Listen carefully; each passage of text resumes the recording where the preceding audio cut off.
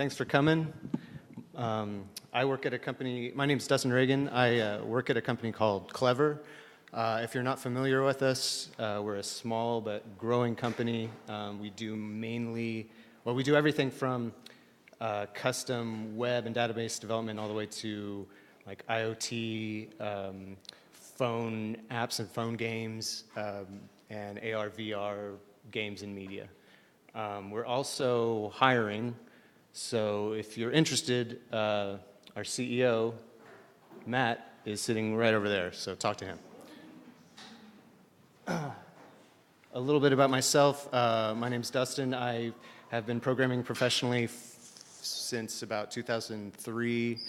My initial background was mainly in C, C++, but I have been doing a little Python programming on and off for the last decade or so, mainly in the realms of just scripting, tools programming, a little bit of kind of REST API web development, and mainly in machine learning. I am not a machine learning expert or a deep learning expert, but I have done a small handful of machine learning projects professionally. So today we're going to be talking about transfer learning, and the title of my talk is Transfer Learning, Dipping Your Toes in the Deep Learning Waters. I'm going to cover a little bit, really brief overview of machine learning, talk a little bit about deep learning and how that relates to machine learning, a semi-in-depth discussion of convolutional neural networks, and finally talk about transfer learning and show a short example of using transfer learning in Python with Keras and TensorFlow, which are two.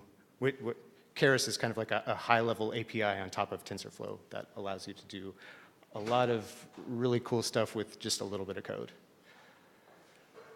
So this is kind of a nice, so machine learning is such a huge, broad topic. I'm not going to spend very much time on it. This is a nice, succinct, but accurate quote kind of describing machine learning. It's an automatic search process for better representations of the data you're analyzing and studying. As far as a kind of short goal statement, you could say that generally the goal of any machine learning project is to be able to generalize to unseen data or based on patterns learned from a set of training data. I'm just going to skip over that because I have a limited amount of time, but kind of a dichotomy, a high-level dichotomy in machine learning that I wanted to touch on is the difference between supervised and unsupervised methods. Supervised methods rely on a data set of labeled data, and that is simply data that has been labeled by usually by a human. So in the example that I'm going to show, we're going to do a hot dog, not hot dog classifier, since that's all the rage these days. I'm not sure if you're probably familiar with Silicon Valley, that show, and their hot dog, not hot dog thing. So in our case, our labeled data are images that are labeled as either being hot dogs or images that are labeled as being not hot dogs. Supervised techniques are generally used in classification and regression tasks. So a classification task is what we're going to be doing today. It's simply you have a set number of categories, and you're going to try to classify input data into one or potentially more of those categories.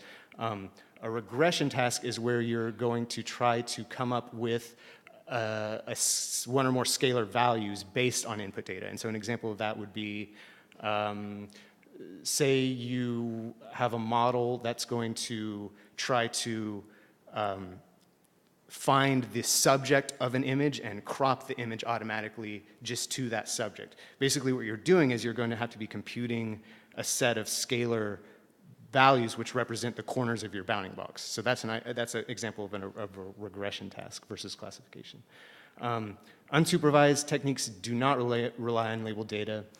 They're generally used in clustering and dimensionality reduction tasks. A classic example of that is a k-means clustering algorithm, where you're basically taking your data and based on some metric, some distance metric, you're kind of grouping the data points that are most similar together, right? And then after that, you can kind of say, oh, hey, this group may be important, or this group may be important. Generally, unsupervised techniques are kind of tools that a data scientist would use for further analysis, but there's a lot of cool work being done on what's called semi-supervised techniques, where you're kind of combining this approach where you require much less labeled data, but you still learn some structure based on a set of unlabeled data. And I'm not really going to talk much about that, but it's promising future development. Okay, so what is deep learning? It's a subset of machine learning, obviously, and it's basically black magic, okay? And I'm only half joking here. So this XKCD cartoon kind of really accurately sums up what deep learning is. It's basically a pile of linear algebra, okay? And it's essentially a black box. It's getting better, but there aren't a lot of techniques for quote unquote debugging a deep learning model. It's just a black box. You put data in, it gives you an output, right? And there are not really many tools for instance, asking, hey, why did this network give this particular answer when I showed it this image? And so currently the field is highly empirical, meaning it's still driven mainly through experimentation, intuition, and trial and error.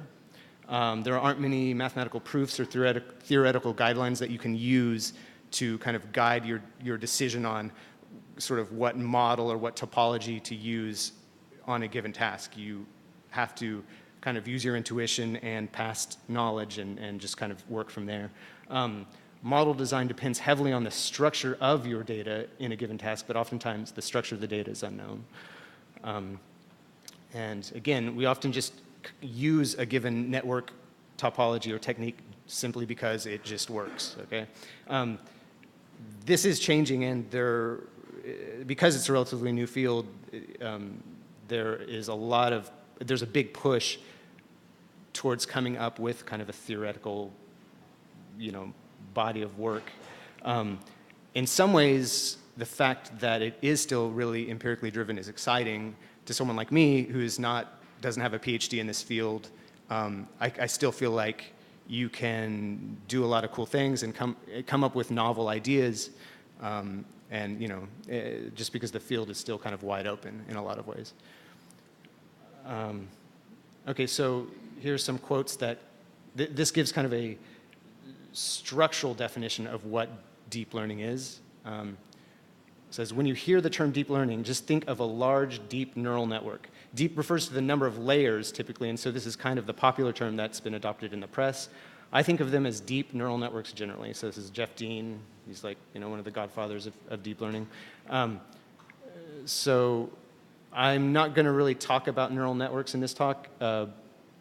If you were here last month, Aaron, my coworker, gave a good talk on intro to neural networks, so you should have been there. If you don't know anything about neural networks, I'm not going to really talk much about the details. Here is more of a functional definition, which I like. Deep learning methods aim at learning feature hierarchies with features from higher levels of the hierarchy formed by the composition of lower level features. Automatically learning features at multiple levels of abstraction allow a system to learn complex functions mapping the input to the output directly from data without depending completely on human-crafted features. So this is a really important part, the idea of features, of learning features and hierarchies of features, which I'll get to later. So why deep learning? Why do people use it?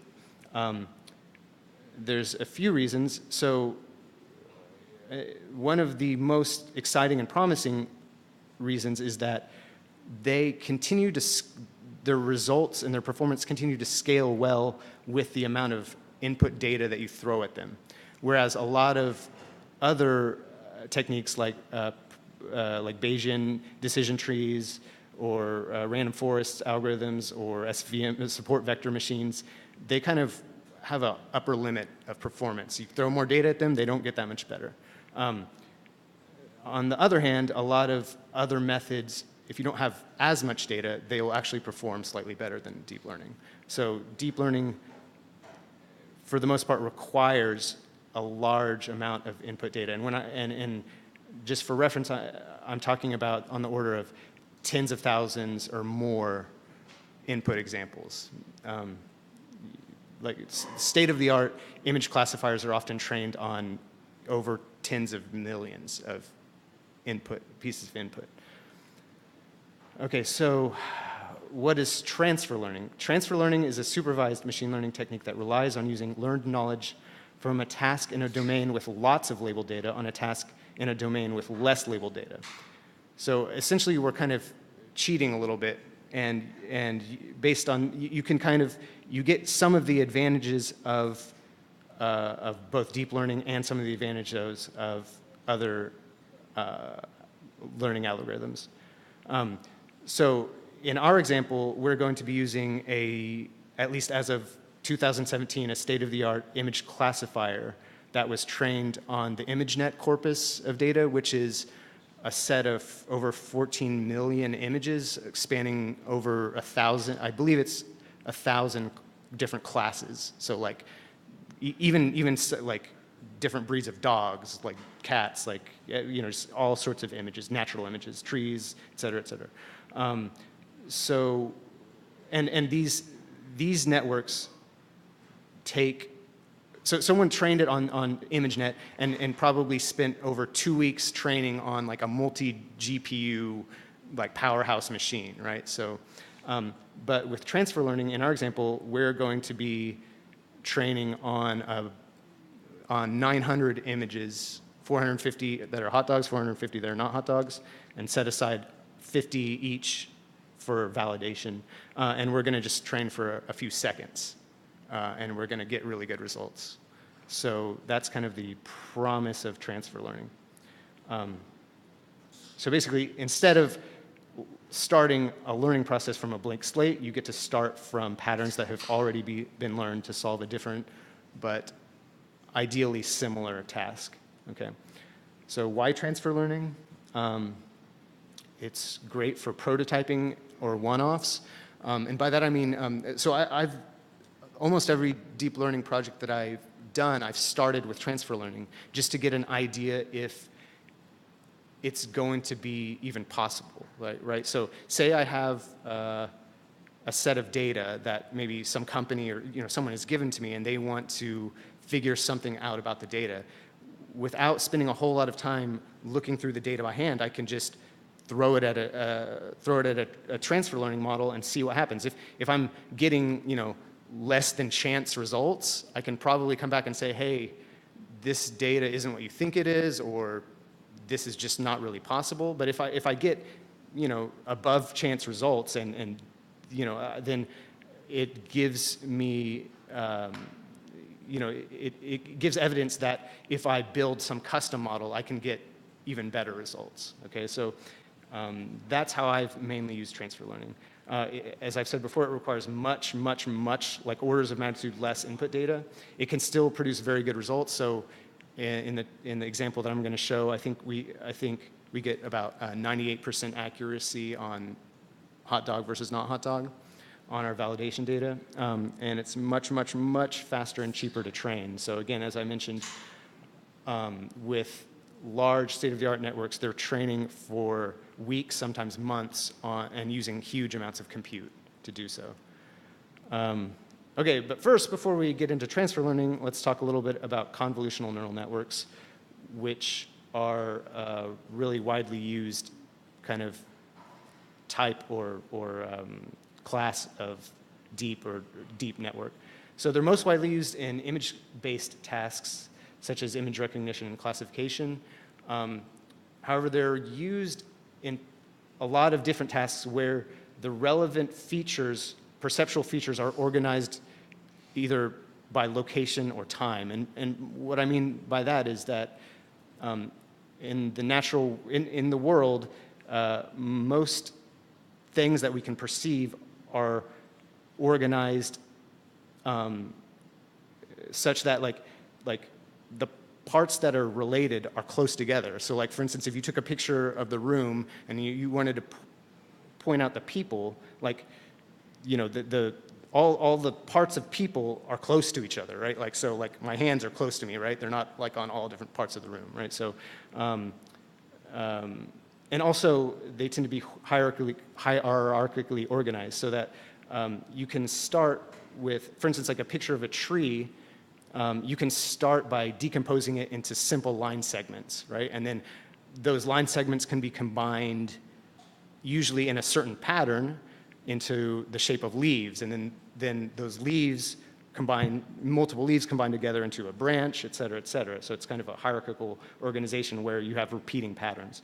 The same is true in, for instance, auditory tasks like speech recognition and synthesis. You have sounds which make up syllables, and there's a limited number of syllables, but then those syllables are put together into words, many words, but still a finite number, and then those words can be combined into an infinite number of sentences, right? And so also convolutional networks are used in auditory tasks and natural language processing tasks. I'd never really thought about it before, but really, so just like in a sentence, words that are near each other tend to be semantically related. So like adjectives are usually right next to the object that they describe, for instance, like a big dog, right? So you can use convolutional networks not only for images, even though that's what they're most widely used for, but for all different sorts of kind of perceptual data tasks. Okay, this is a schematic of, like a really simplified schematic of a convolutional network. We're going to be using this example as we go through. Okay, so these are the main steps in a convolutional network. There's convolution. So first of all, you start with your image, okay? That's input into the first convolutional layer,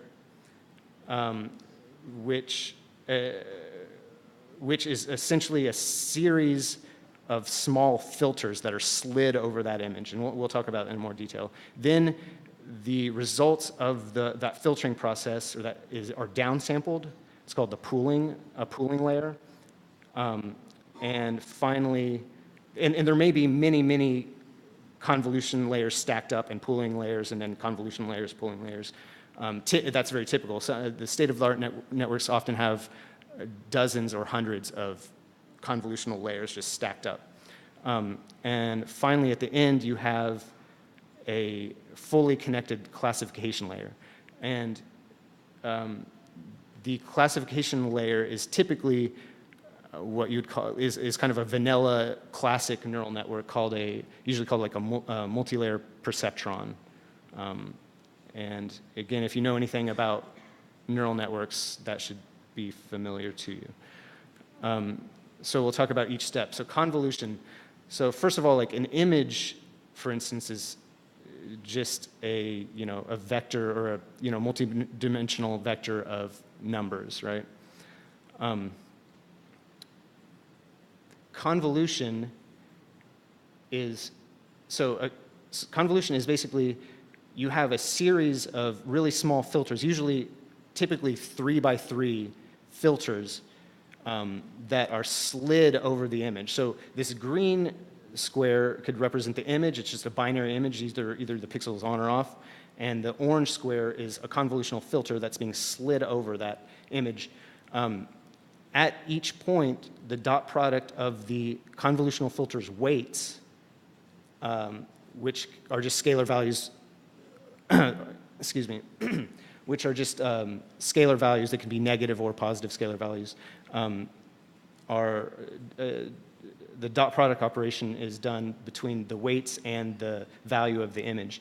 The output is known as either the activation or the convolved feature or the feature map. And so a convolutional layer, as I mentioned before, is a collection of convolutional filters, each of which over time learns to detect a particular feature pattern. So you could think of a convolutional filter essentially as a really small neural network in and of itself, with its own set of learnable weights. And what that is going to do is, in the learning process, each filter is going to learn how to detect a feature which matters for the task at hand. And typically, features at a lower level that are closer to the input are going to learn simpler features. So at first, for instance, the convolutional filters will be learning things like just being able to detect lines at certain orientations or angles or very simple gradients. Okay, so just a little vocab. Filters are usually referred to as kernel or feature detectors. And the result of the convolution operation is usually referred to in the literature as the convolved feature, the activation map, or the feature map. And as I mentioned, filters learn to act as feature detectors that give large results when slid over features that matter for the task being learned. In this example, you can see since both the weights are binary, either 0 or 1, and the image is binary, either 0 or 1, it's really easy to see what's happening. It's essentially like anding together the weight and the pixel value and then summing those together. Okay, here's an example, a concrete example of a filter being slid over an input image and showing a feature map. And you see one of these filters, the one with red, is a diagonal line that's angled slightly one way, and the green is a diagonal line that's angled slightly the other way. And you can see that the feature maps that they generate are slightly different. So at first, you won't have these distinct filters. It'll essentially be just random noise. Over time, the network will learn that, hey, a filter that is maximally activated based on diagonal lines matters for the task at hand. And since a convolutional layer is made up of many filters, you'll have many of these really kind of simple perceptual features that are learned. Okay, after the convolution step, when you get your feature map, you'll run the feature map through some sort of activation function. And historically, this has been either a tanh or a sigmoid activation function. More recently, though, we found that a activation called a ReLU, or a rectified linear unit, is both computationally simpler, and it tends to give better results. And this is kind of a hand-wavy thing, but basically what it does is it introduces non-linearities into the convolutional network so it can learn to approximate nonlinear functions. That's kind of, so the whole field of activation functions is its own thing, and that could be its own talk, so I'm not really going to dive into that. But you can see basically all a ReLU is doing is it's clamping. It's saying, if the activation is 0 or less than 0, I'm just going to call it 0. Otherwise, I'm going to return the input. And here's an example of a feature map being put through a ReLU. So you can see it gets rid of negative values, and you're left only with 0 or positive values. Okay, the next step after activation is often pooling. Really, as I mentioned, though, in a convnet, you'll often have stacks of convolutional filters, one right on top of each other before you even get to a pooling step. But there's generally kind of multiple pooling steps in a network. Okay, so pooling is just subsampling or downsampling. So it acts to reduce the size of the feature map while retaining the most valuable or important information. The typical pooling operations are max, average, and sum. In practice, max seems to work the best. And so what that means is, so in this diagram, this is basically a feature map that's been computed by a convolution. And it's going, we're doing a 2x2 pooling. So it's going to take every 4 pixels of the feature map and find the maximum one and downsample that. Boop. So it goes, we have 1, 1, 5, 6. It's going to output a 6, right? And then 2, 4, 7, 8. It's going to output an 8 because that's the max. So basically, if you do a 2x2 pooling, then you're going to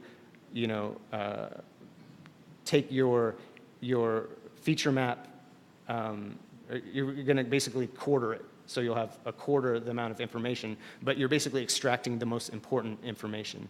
And so this is really important because it means that as you move down in the network, even though your kernels are only, for instance, a 3 by 3, they're only looking at 3 by 3 pixels of the original image, and then 3 by 3 pixels of the feature map.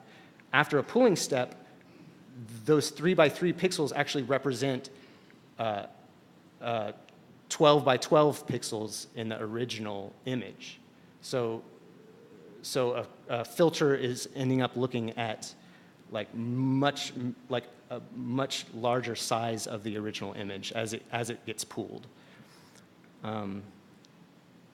This basically makes the input representation smaller and more manageable computationally, because if you think about it, say you start with a 512 by 512 image, and you have a convolutional layer that is made up of 32 filters, you're going to end up with 32 512 by 512 feature maps, right? That starts to get really big memory-wise as you move through the network. So what you're doing is you're saying, okay, I'm going to compute 32 feature maps, but then I'm going to cut them from 512 by 512 to 256 by 256 and save a lot of memory that way, and computation.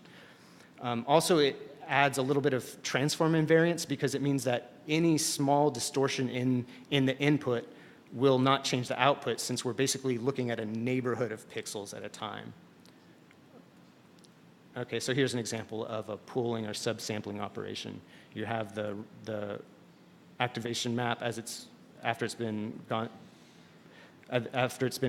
taken through the activation function, and here's an example of a max pooling operation or a sum pooling operation. Okay, finally you have the classification layer. So what it's taking as input is the final output of all the convolution and pooling layers, and that final output will represent a high-level feature. It will represent a set of high-level features that have been extracted from the input image. So the classification layer is typically, as I mentioned, a traditional densely connected neural network, and what I mean is that every input that it takes goes to every node in the network. It essentially learns which nonlinear combination of those high-level features best predicts a given class. And typically, the final layer of the classification network is a softmax function. So that basically takes a vector of real valued scores and squashes it to a vector of values between 0 and 1 that sum to 1. Essentially, it's a probability distribution. So you can see in this example, the node that represents boat, it's 94% sure it's a boat, right? And then these other very small values will all add up to 1. Okay, so putting it all together, at a high level, what you're going to do is you're going to initialize your network, initialize the weights all with random values, give the network an input, and go through what's called the forward propagation step. So that's basically all. You're just going to take the input image, run all the convolutional filters through it, run the activation filter on it, pool it, do all those layers, and finally end up with classification. And you'll end up with a set of computed probabilities for each class. And at first it'll be totally random, because again, you've just randomly initialized your network. So now you're going to calculate the total error at the output layer. This is usually referred to as the loss or error function. And you can use lots of different loss functions. A simple one, for example, is mean squared error, which is just taking the sum of the squared differences between the expected value for that output and the actual value divided by the number of items. In the example that we're going to do, we're going to use a different loss function, but it's not that, it's not that useful to go into the math. Then you're going to use the backpropagation algorithm, which I'm not going to go into. Aaron covered that last month a little bit. And that's going to be used to calculate the gradients of the error with respect to all the weights in the network, and to use a gradient descent method to update all the weights to minimize the output error. And what that basically means is you're going to say, okay, this was a boat, but we said it was a chicken, or the network said it was a chicken. How do I incrementally update all the weights in the network to make it more likely to say that this image was a boat? Yes?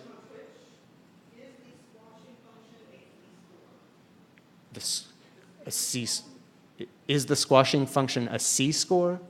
Z-score? You mean like a statistical Z-score? I don't know. I'm not sure. I'm not sure if those are equivalent or not. Okay.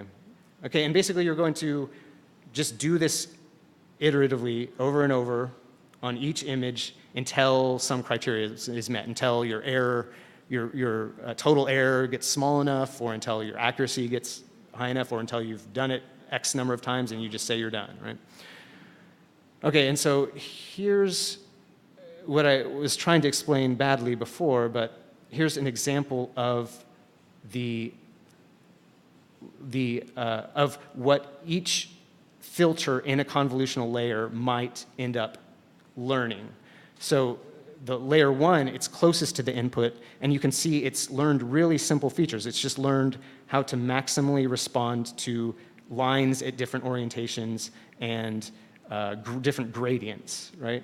Now, the next layer up, it's taken these lines and gradients and learned to respond to kind of features that are components, like, combined components of those subfeatures. Finally, you take those kind of mid-level features and it learns to respond to combinations of those. In this case, it looks like this network was obviously trained on faces and to discriminate between different faces. So finally, at the top level, before you get to the basically the classification layer is going to receive a vector of activations from layer 3. And so what these pictures, this is a little bit confusing. This was confusing to me at first, but what these pictures are essentially saying, okay, I'm going to go through every unit or every filter in each layer and find the synthesized image that would maximally activate that filter. So these are synthesized images that would maximally activate each of these filters. But again, this just kind of shows what I was talking about hierarchical representation and learning hierarchical representation.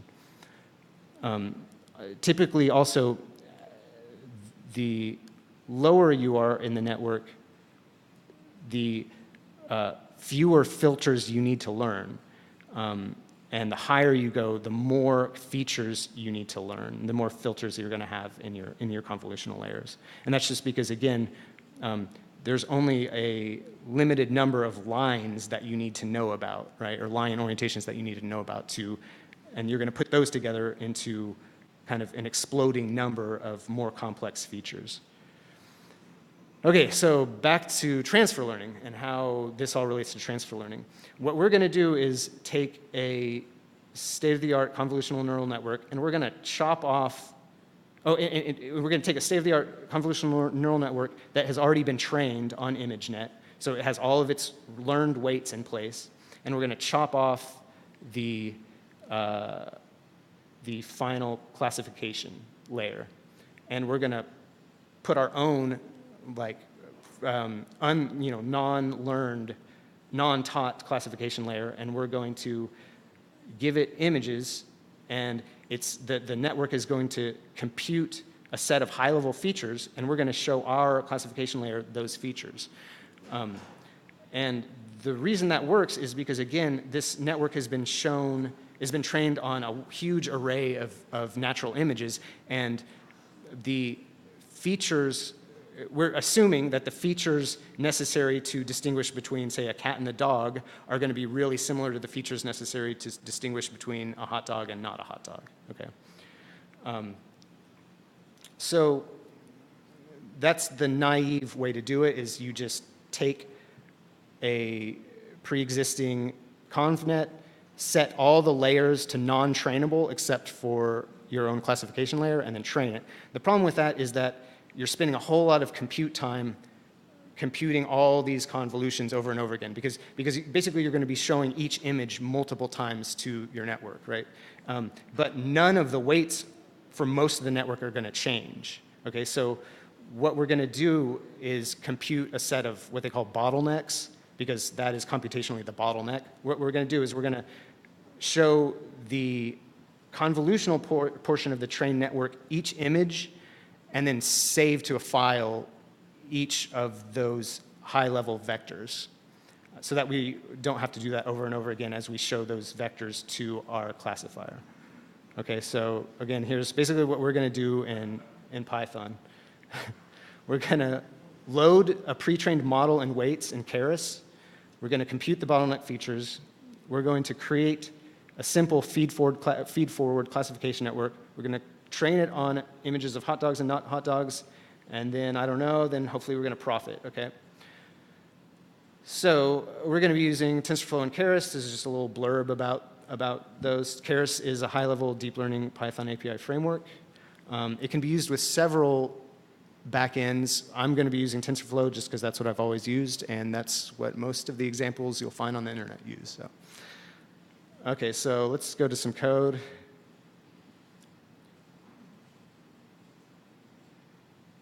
All right, first of all, here's just some images that we're going to be training it on. Here's all our nice hot dogs and not hot dogs.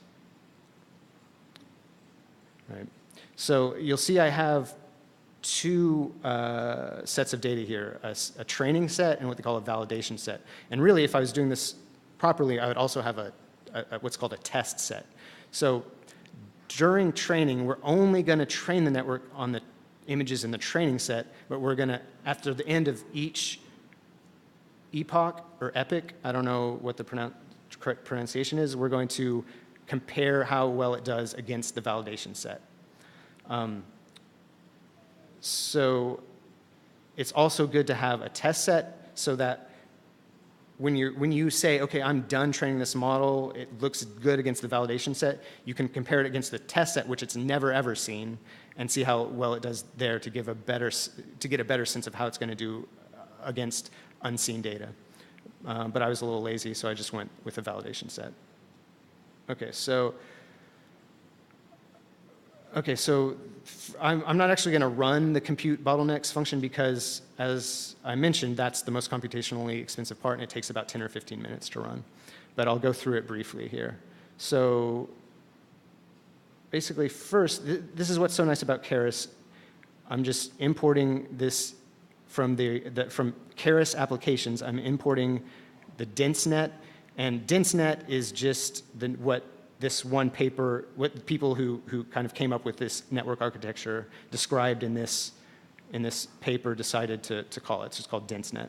I'm going to instantiate a DenseNet, and this is important here. This is basically saying download and initialize the network using weights trained on the ImageNet dataset, which I mentioned. Okay, and you set include top to false, which means it's going to just automatically just do it for us. It's going to chop off the classification layers. And this is just the image size. So our images, this is just by reading the paper, you know it used 224 by 224 images with RGB channels, so red, green, and blue channel. Okay, so now I have a compute bottlenecks function here. We can ignore batch size, but basically, here's another really nice Keras object. It's an image data generator. Basically, you can tell it to, I'm just using it here in a really simple way, but you can use it to help do data augmentation, which is really important for making new data from existing data you have. So you can, okay, I only have a few more minutes here, so I'm unfortunately going to skip a lot of this, and we'll just go to training it, okay? So essentially, I computed these bottlenecks and put them in some NumPy files, or NumPy. Does anyone know, is it NumPy or NumPy? NumPy? Okay, I call it NumPy because it sounds cooler. We've done that. Okay, so now let's go ahead and we are going to train it. And you'll see how fast this trains compared to weeks and weeks of training here.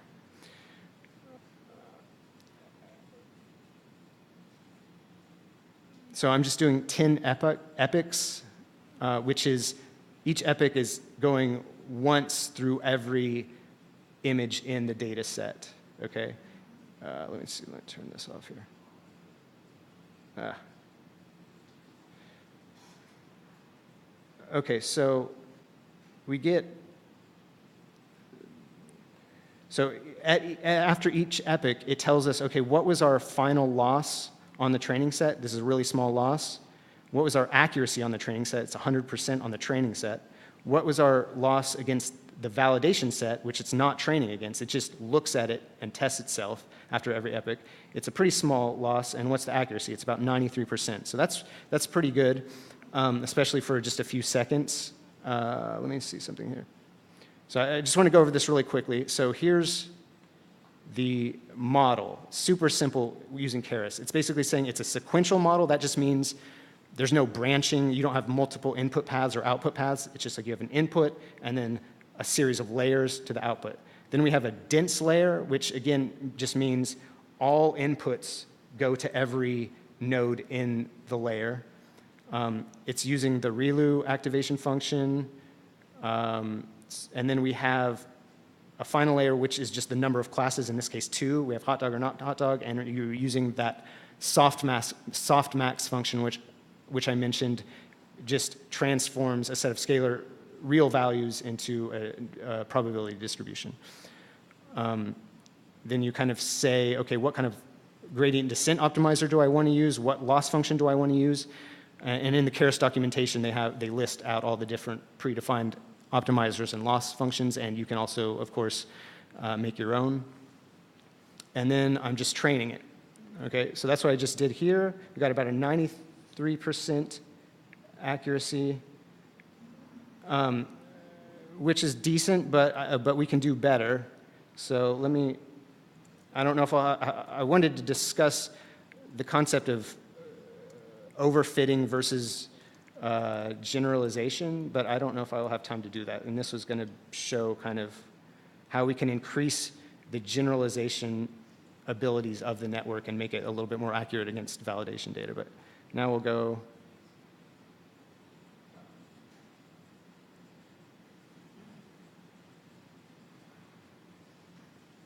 All right, so I see. Also what I'm doing is I'm having it save out the weights at the point that it does the best against the validation set. So the best validation accuracy we had was 98%. So let's go ahead and look at which images it got wrong, okay, out of our 100 validation images.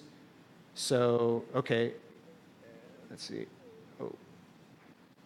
Right, so it thinks this is labeled as a hot dog, but okay. It's labeled as a hot dog, but it's 99.3% sure it's not a hot dog. And you know what? I kind of agree. That doesn't really look very much like a hot dog to me. I'm not sure. So that's reasonable that it might get that wrong. And then this one also is a hot dog, but it's pretty sure it's not a hot dog. So again, it did pretty well with not very much code and not very much data. Let's see. So I think I just have like 1 minute left here, okay? So really quickly, any questions? I wanted to add a few more points here, but that's, and kind of describe my code a little bit better, but that's all I got. So any questions? About how large are those like logable files that you save out? Like, are they large? Oh, the weight. So the weights that I save out for our classification network are tiny, the one that we're learning. But the pre-trained weights for like this big network, I think it's around 200 megs or so, because there's just a huge number of weights in the network.